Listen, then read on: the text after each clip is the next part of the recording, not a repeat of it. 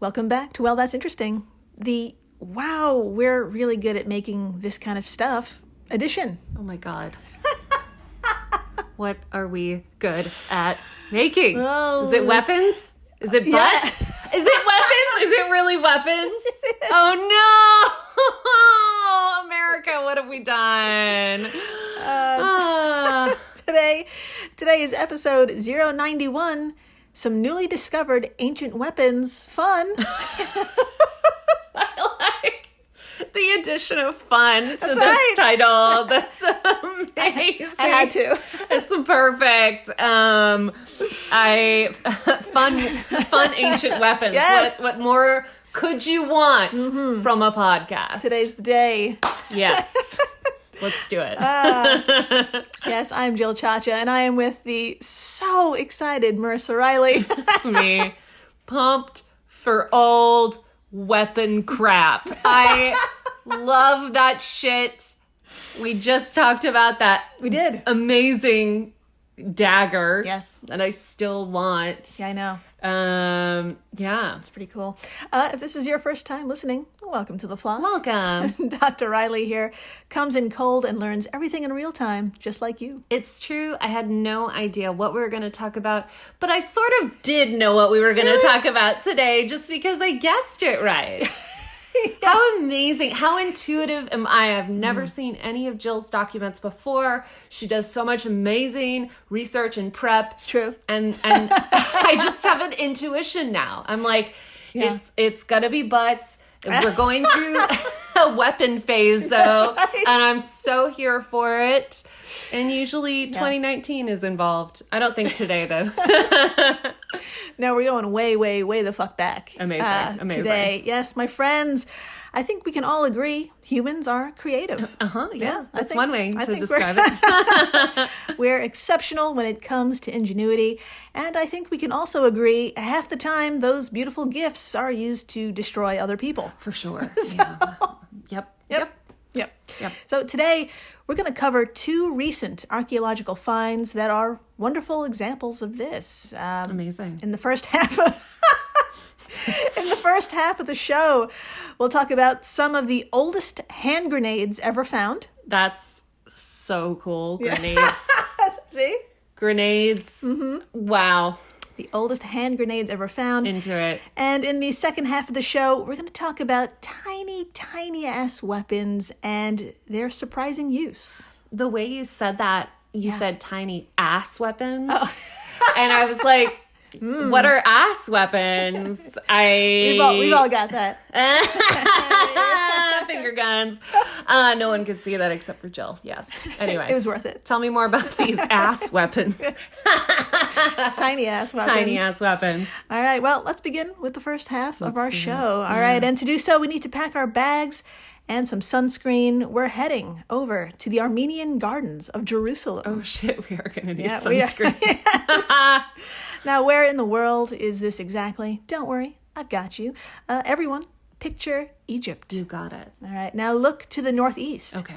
There you'll find Israel and point to its center. All right. And you've got yourself the West Bank. And if you point to its center-ish, you've got yourself the Armenian Gardens, located within the Armenian Quarter, one of 4 quarters of the walled old city of Jerusalem. What a place. Oh, yes. What a place.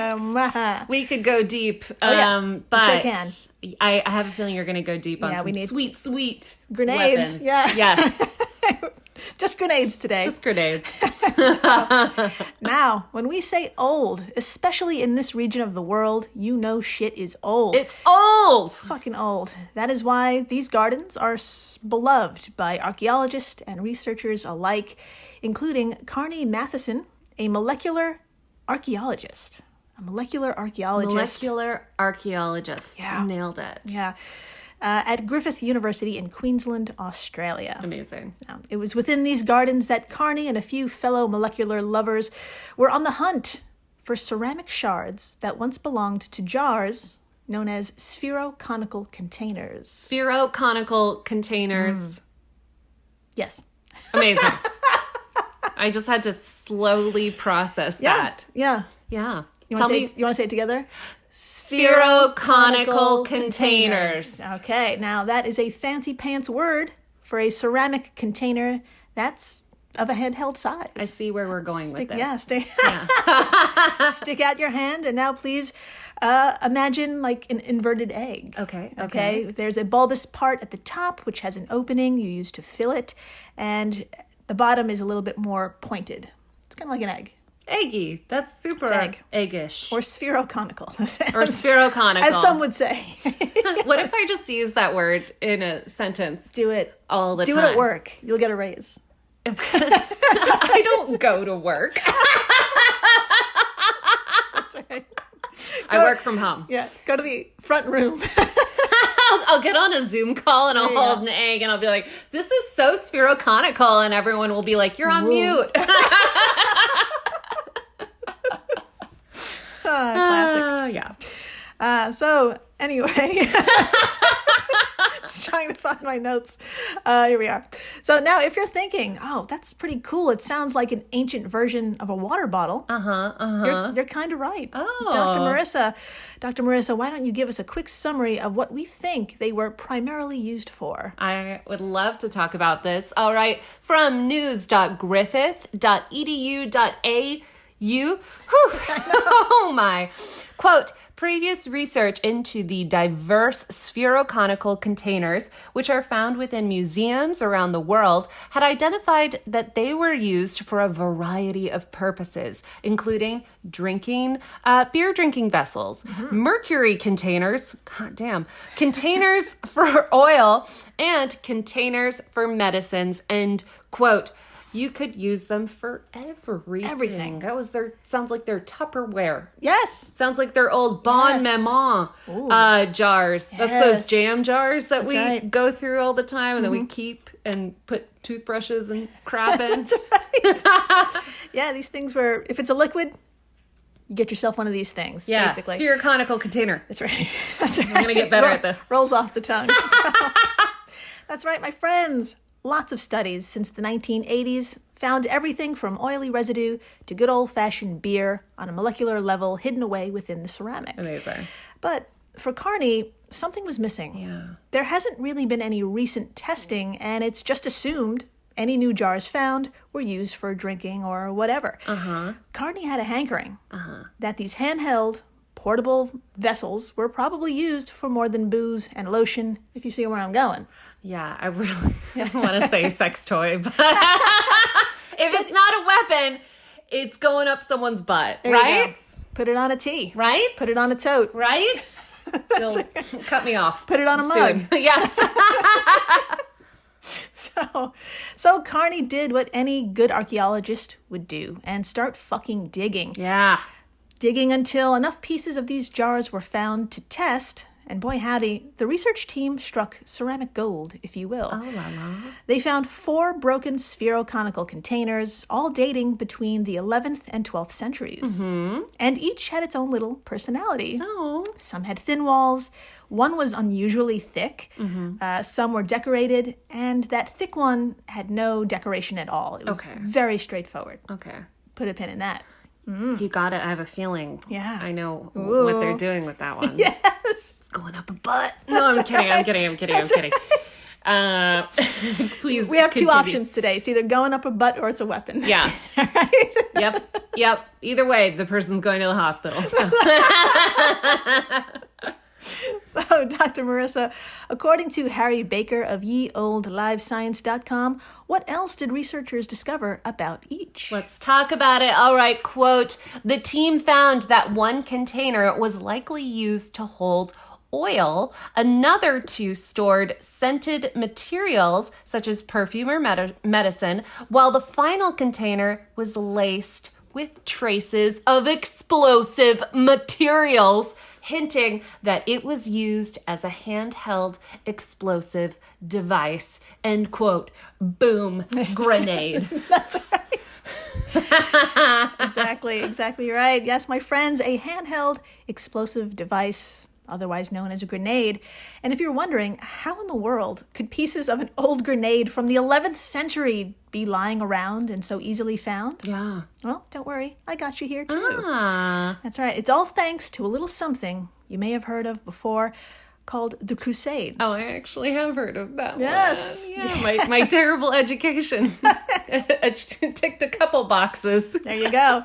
Now, there could be, and I bet there is, an entire podcast dedicated to this clusterfuck of human history. Yeah. But, Dr. Marissa, I thought we could take turns giving a quick rundown to help explain why someone would turn an ancient beer bottle into an ancient Molotov cocktail meets grenade of sorts in this part of the world at this time. What do you say? I say abso-fucking-lutely. All right. Let's get Take it started. away. All right. From the livescience.com article, what were the Crusades? Right? I nailed it Question there. mark. That's amazing. I found the perfect article. This is the Crusades for Dummies article. I love it.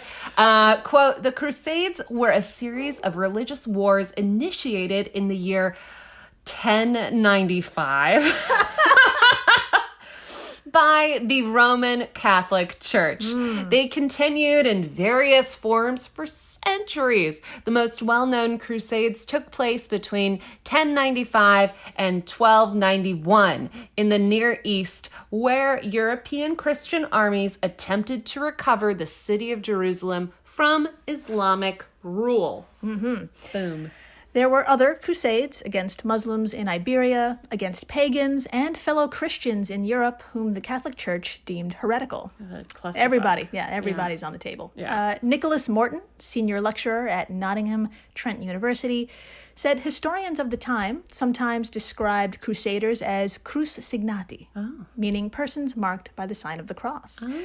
But other times they described them using other terms such as pilgrim. Crusading also evolved over time, taking on many different forms and operating in many different geographical areas, which all complicates making an easy definition of crusade. Continuing the quote, in order to be considered an actual, in quotes, crusade, the campaign had to be endorsed by the goddamn Pope. I added the word goddamn if you couldn't tell. In addition, a true crusader took a crusading vow and then sewed a cross on their clothing to symbolize their commitment. Although they are primarily military campaigns, medieval crusades were grounded in Christian religious ambitions. They were often spiritual undertakings that could also be classified as popular crusades. That's right. Popular crusades occurred sporadically across much of the history of the crusading movement. These were essentially moments when preachers or enigmatic leaders spontaneously gathered crowds, inciting their followers to either join or to initiate a crusading campaign. Oh, God. This was often with little or no license from the papacy. Sounds like familiar. It sounds very familiar. I wonder where I've seen that before. Okay, continuing the quote, two of the most famous popular crusades were the People's Crusade of 1096 and the Children's Crusade, shut the fuck up, of 1212. During the Children's Crusade, thousands of young people from northern France marched south toward the Mediterranean coast with the hope of reaching the Holy Land. End of the goddamn quote. The Children's Crusade, y'all. Wow, what a history, though. Right? What a clusterfuck. Yeah. What a lot. Yep. What a lot. a lot. Yep. Whatalot.com. That's my statement, whatalot.com. That's right. My friends, I'm super happy to report that the Children's Crusade of 1212 absolutely fell apart. Amazing, thank and, God. Yes. And they never left Europe, basically, probably because it was full of children. Yeah. Jesus They Christ. probably needed a snack and had to go home because they're kids.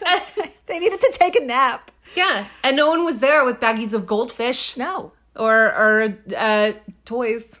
Just grenades. Just grenades. Anyway, God damn it. y'all get the picture. Some Catholics of the time woke up and chose violence, transforming the popular ceramic jars into fucking grenades. There you go. There's even Arabic texts which mention these devices, but up until Carney's discovery, there has been no evidence. So a round of applause to Carney and their team for finding evidence that these things exist. Yeah. That's right. Way to go. I love Carney. He was just like, yeah, no, these are used for something bad. Yes. I'm not going to sleep until I figure out what it is. Exactly. Yeah. So, Dr. Marissa, I think it's time. Would you like to see a comparison of a makeshift grenade jar Yes. Finally, please. versus another jar from that time period? Yes. I think that was a yes. Yes. All right. Yes, please. It's been 15 minutes, Jill. I need to see it. I need a visual aid. Okay, you got it. All photos we talk about today will be on our social media stuff, so please come on by and look at the oldest hand grenades ever made. Yeah, with me. That's right. Okay, so there's two photos. Okay.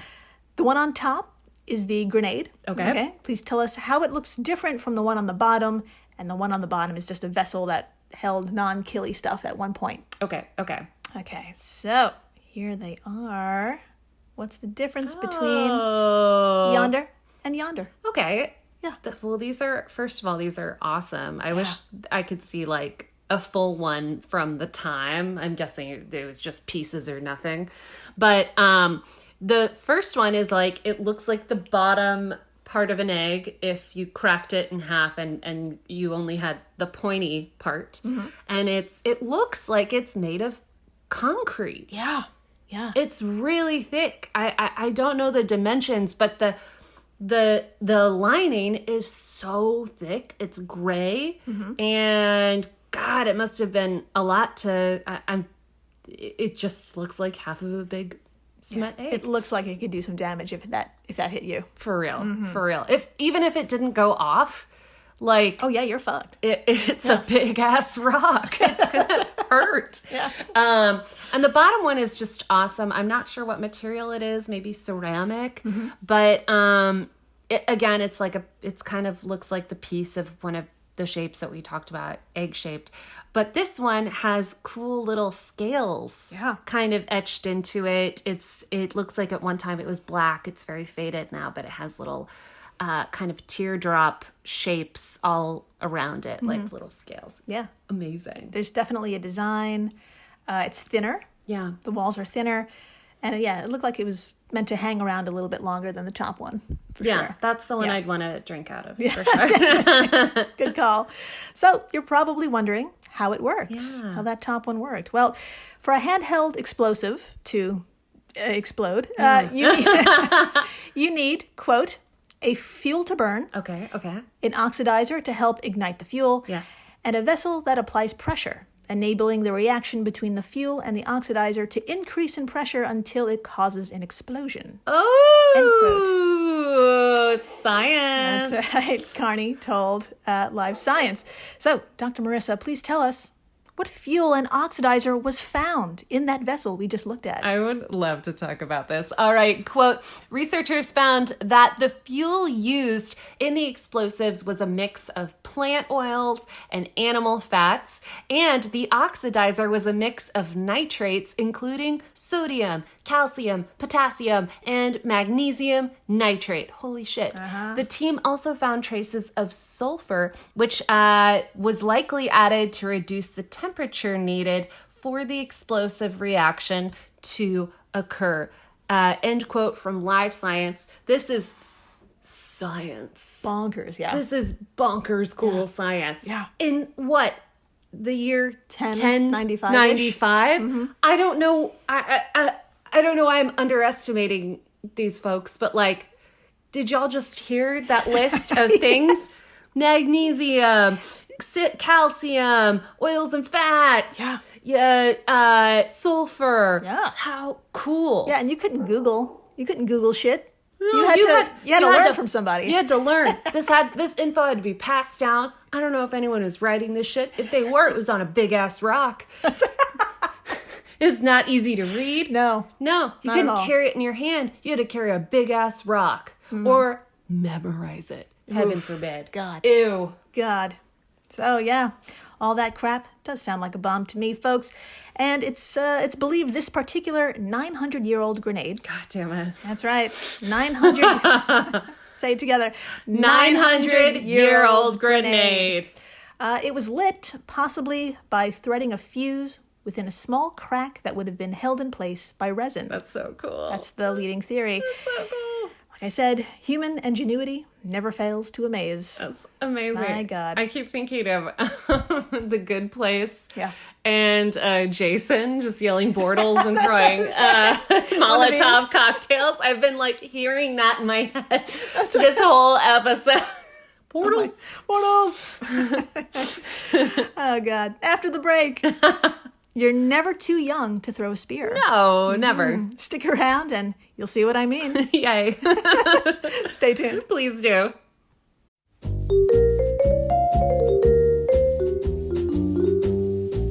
Have you ever wondered what really happened to Amelia Earhart or the lost colony of Roanoke? Do you ever find yourself scouring the internet for vicious Victorians and their murders by gaslight?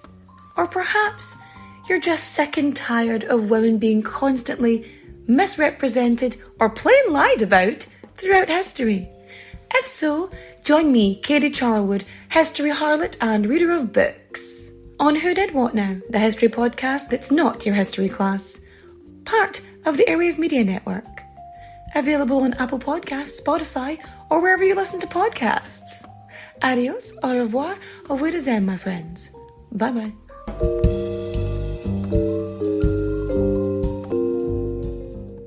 I'll be seeing you. Hello everyone, Stakuyi here. And I'm Gabby.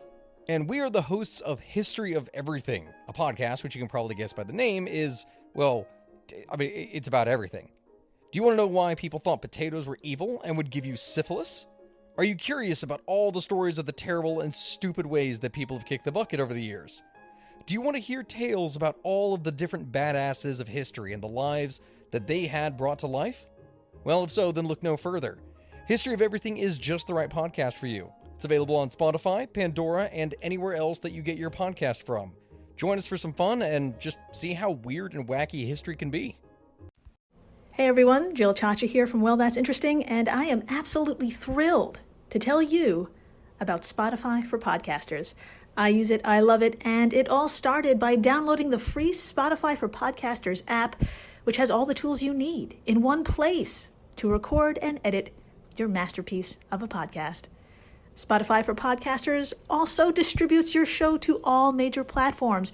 So when you hit publish, your episodes will stream not only on Spotify, but I'm talking about the Apples, the Googles, Stitcher, Good Pods, the other ones. You get the idea. And you can monetize your podcast with no minimum listenership required. You could also set up monthly subscriptions and record ads just like this one. So what are you waiting for? Download Spotify for Podcasters today and start changing the world. Oh, and please, stay interesting. And we're back. We are so back. We're so back. And my friends, we're going to party. Party. Yeah, I mean it literally. We're heading to the beautiful archaeological hotspot called Partee. Oh. Partee. Oh, I love that. Yeah. That's so fun. Now, where in the world is this fucking awesomely named place? Don't worry, I got you. Amazing. Imagine the good old US of A. Oh, cool. All right. Point to the very northwest corner. All right. Okay. That's Washington State. Okay. Just below Washington is Oregon. Okay. Now point to the northwest corner of Oregon. You got it. Voila, we are standing on Partee. Yeah. Yeah, we are. Party. Now, Sorry. over 1,000 years ago, the equally beautiful Chinookan and Salish speaking Native Americans called this place home. And over the thousands of years that they lived there, they left behind details of their lives. Yeah. Fast forward to the groovy 1960s and drugged up 1970s, when this location was excavated by a team of archaeologists, including two named Phoebus and Drucker. I mean, I need to watch that TV show now. Phoebus and Drucker. Are you kidding me? It's totally real. It's the buddy, the buddy show, comedy. Duo we never knew we needed. Two archaeologists in the 60s. That's right. In the 70s. just digging stuff up and Wild. forgetting where they put it. I love it. I'll stop talking now. Well, we'll call Netflix. Okay. Sounds good. Okay. So Phoebes and the Druck went on to... Yes. I'm so into it. There you go. Phoebes and the Druck went on to discover Partee was overflowing with remnants of the past. According to sites.ualberta.ca, quote, they recovered over 7,000 artifacts from the Partee site. Hot damn. Yeah, this is the largest artifact assemblage from the Oregon coast and is over 10 times larger than the next largest assemblage from this coast. Oh my God. This is really successful. It's fucking huge. Damn. The assemblage is dominated by bone and antler tools that are extremely well preserved due to their burial with dense shell deposits, which act to dampen the acidity of the local acidic soils. Yeah, this quote repeats a lot of words. Sorry about that. No, I'm processing it. It's just really interesting. It's so cool. Yeah. Continuing the quote, the diverse nature of this assemblage of tools is testimony to the remarkable ancient life ways of Seaside's earliest inhabitants. End quote. So This is amazing. Yeah. Good for them. This is so cool. yeah, my friends, if 7,000 artifacts sounds like a lot. You're right. Yeah. Historians and the like are still combing through what Phoebes and the Druck dug up. Isn't it like most of the time when people go on digs, like they'll find one thing Yeah. if they're lucky? Yes. And it'll be like a piece of a pot Yeah. and that's it. Mm-hmm. Not that that isn't awesome, but like 7,000 things. Oh my God. 7,000 goddamn things. God, that's Yeah. amazing. I mean, we just talked about Tut's tomb that had 5,000 things in it. This has 7,000. That's huge. I mean, and Tut like wanted that stuff to be found. Yeah, This exactly. is just Around. Yeah. Yeah. So, Dr. Marissa, why don't you tell us a little bit about a recent study published in the December 2012 issue of Antiquities. Tell us a little bit more about those 7,000 items. Let's get a little bit more specific. 100%. Okay. It's not like 7,000 toothpicks or something. All right. According to livescience.com, quote, in this new study, a group of researchers examined over 90 previously unanalyzed artifacts that are fragments of an ancient weapon called an atlatl. Nailed it. Atlatl. Got it. Atlatl. Yeah. Okay, I'm fine. Predating the bow and arrow, the atlatl was a dart-throwing weapon that could launch projectiles with great force. Made from whale bones, it had a grip at one end and a hook for a dart on the other. The weapon was key to these groups' survival, and people who knew how to use them had significant advantages. End quote. So it was kind of like a bone and kind of like a bow and arrow, except instead of an arrow, you're putting a dart. Yeah, we're going to watch your video. It's Thank God. Amazing. I'm like, I really want to see this. Oh, yeah, we're definitely going to see it. And again, this predates the bow and arrow. That's how ancient this weapon is and how important it was. That's wild. We will get into it. So thank you, Doctor, for reading that. Of course. In that study, the researchers went on to say, quote, the ability to operate such weapons effectively was a critical skill, but not a simple one to master. Oh. Proficient atlatl users probably would have had greater success in hunting than those less skilled, resulting in dietary and social advantages for themselves and their community. End quote. Damn. Yeah. So, my friends, this was a super important tool used to take down big, fast, four-legged game. Holy shit. But don't take my word for it, or even the researchers' word for it.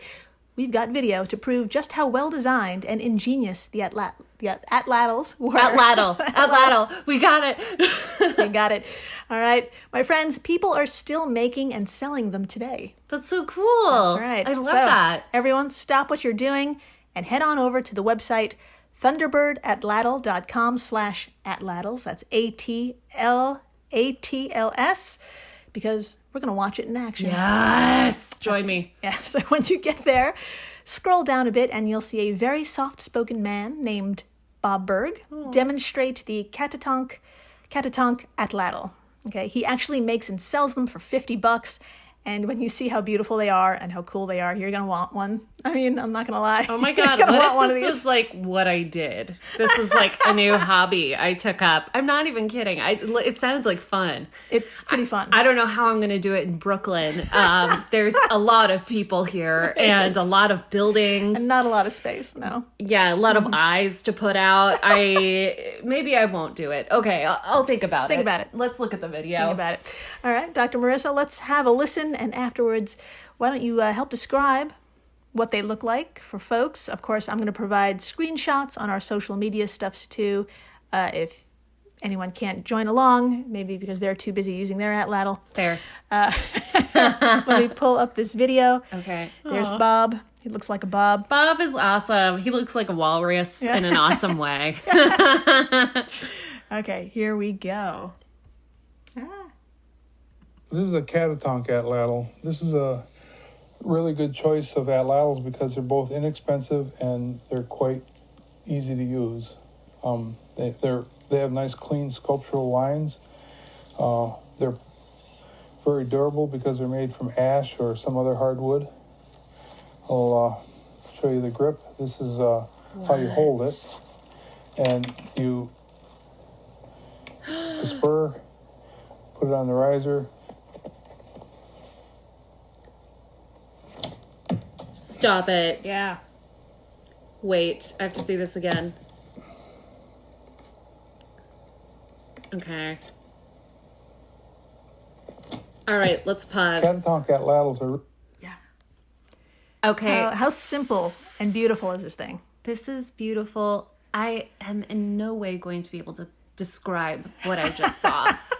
Do you want me to try? Sure. Okay, if you have a better way, feel free to stop me at any time. You got it. Okay, so he's holding a stick. It's And two it's sticks. That's it. gorgeous. And it's the most gorgeous stick. And just, he really is soft spoken. And you can tell he really cares about this. Yeah. And I respect that so much. And he's really good at it. And it's essentially, it's a long stick at one end. I would say like a little bit bigger than a Harry Potter wand. And at one end, it kind of has like a little handle. And at the other, kind of like a place for you to grip with your hand. At the other end, it has, the tip kind of curves a little bit, and then it has this little pointy part that actually faces, like if you were holding out a wand, the pointy part would actually curve around and face you. And then you actually put the arrow there, face it the other way, and launch the arrow. Yeah. And it's so seamless and so cool. And I just did a terrible job describing it. Jill, do you have anything else to say about how this thing works? I think you nailed it. Yeah. No pun intended. Oh, God. It's a very simple, beautiful tool. I mean, yeah, it's one horizontal line that you hook to the end of either a very large arrow or a spear, and you just Launch. You to launch it like you'd throw the same motion if you were like throwing a spear. You're doing the same motion, and it's but however, it's, as you could hear the thud, this thing lands with a lot of force. Intense. And I never would have thought of this as like a way of launching a weapon. Yeah. It's so cool. And the people who designed it once upon a time clearly knew what the fuck they were doing. Oh, yes. And this thing is so gorgeous, and I would, much like the dagger we talked about in the previous episode, I just want one. Yeah. I don't have to use it. I just really want one, like around the house, because it's $50. so gorgeous. $50. I'm gonna reach out to, what's this guy? Bob at Bob. Thunderbird@latl.com. Y'all are gonna love Sponsor Bob. us. Let me tell you, Bob. Make an ad. We'll play it. We got you, buddy. We got you. Again, that was the Catatonk atlatl. Keep in mind there are different types with different grips. Put a pin in that. Okay. And Bob does Ooh. have different videos. Oh, I saw them. I saw them in the side panel. That's right. He had a few. It's got a lot. So it should come as no surprise that what can be used to hunt can also be used to kill people from afar during battle. For sure. This is what the atlatl was also used for, making this tool one of the most important to the indigenous in the area. Now, with all of this in mind, let's head on back to those 90 new artifacts, Oh, shall we? yeah. That's right. Yes, I forgot about those. That's right. Dr. Marissa, please tell us what was unusual about some of the pieces, and because of that, what conclusion did they come up with? Oh my God, I'd love to talk about it. All right, from livescience.com, quote, the team found that the weapons, particularly the grips, varied greatly in size. The largest was 166% larger than the smallest. So we've got quite the variety. Yeah. Continuing the quote, because a person's sex, body mass, and height account for only 10% to 15% in the difference of the size of an adult human palm, the researchers concluded that the small weapons were used to train children. Hey. End quote. Gotta start young. Gotta do it. Gotta start young. That's I will right. say, as a 8-year-old, Yeah. living in an RV in the woods with my dad, as one does. Yeah. That's about the age my dad taught me to A, use a rifle, and B, how to throw a knife. There you go. Exactly. Blade Some things never towards change. you, and it's all in the wrist. There you go. There you If go. anyone wants, I should make a video. I shouldn't. should. No.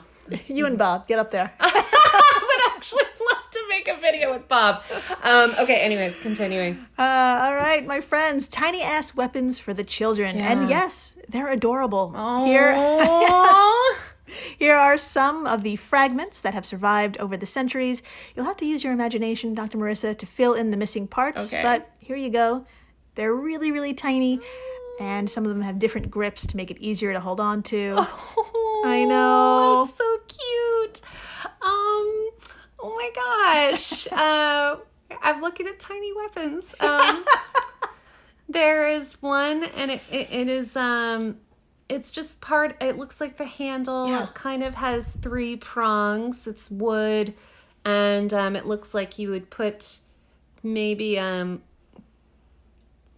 your fingers in these sort of spaces, so it would almost create like a really good grip. And this other handle It's so tiny. is so tiny. It doesn't have a blade on it anymore, but it looks like the size of like my thumb. Yeah. Not even. It's just like, and I'm an adult woman. I don't know if you know that. But if you're an adult, look at your thumb, and this handle is probably smaller. Yeah, exactly. So cute. Lead author Robert Losey, an associate professor of anthropology at the University of Alberta, said in a statement, quote, basically, they scaled down their atlatls so they were more easily usable in small hands. Aww. In this way, children were taught how to use and master the weapons, end quote. I'm not against it. No, I it's think important. it's wonderful. Yeah. And they have a sense of respect for hunting or whatever that starts at a young age. I will do a TED Talk about children's weapons. Let's do it.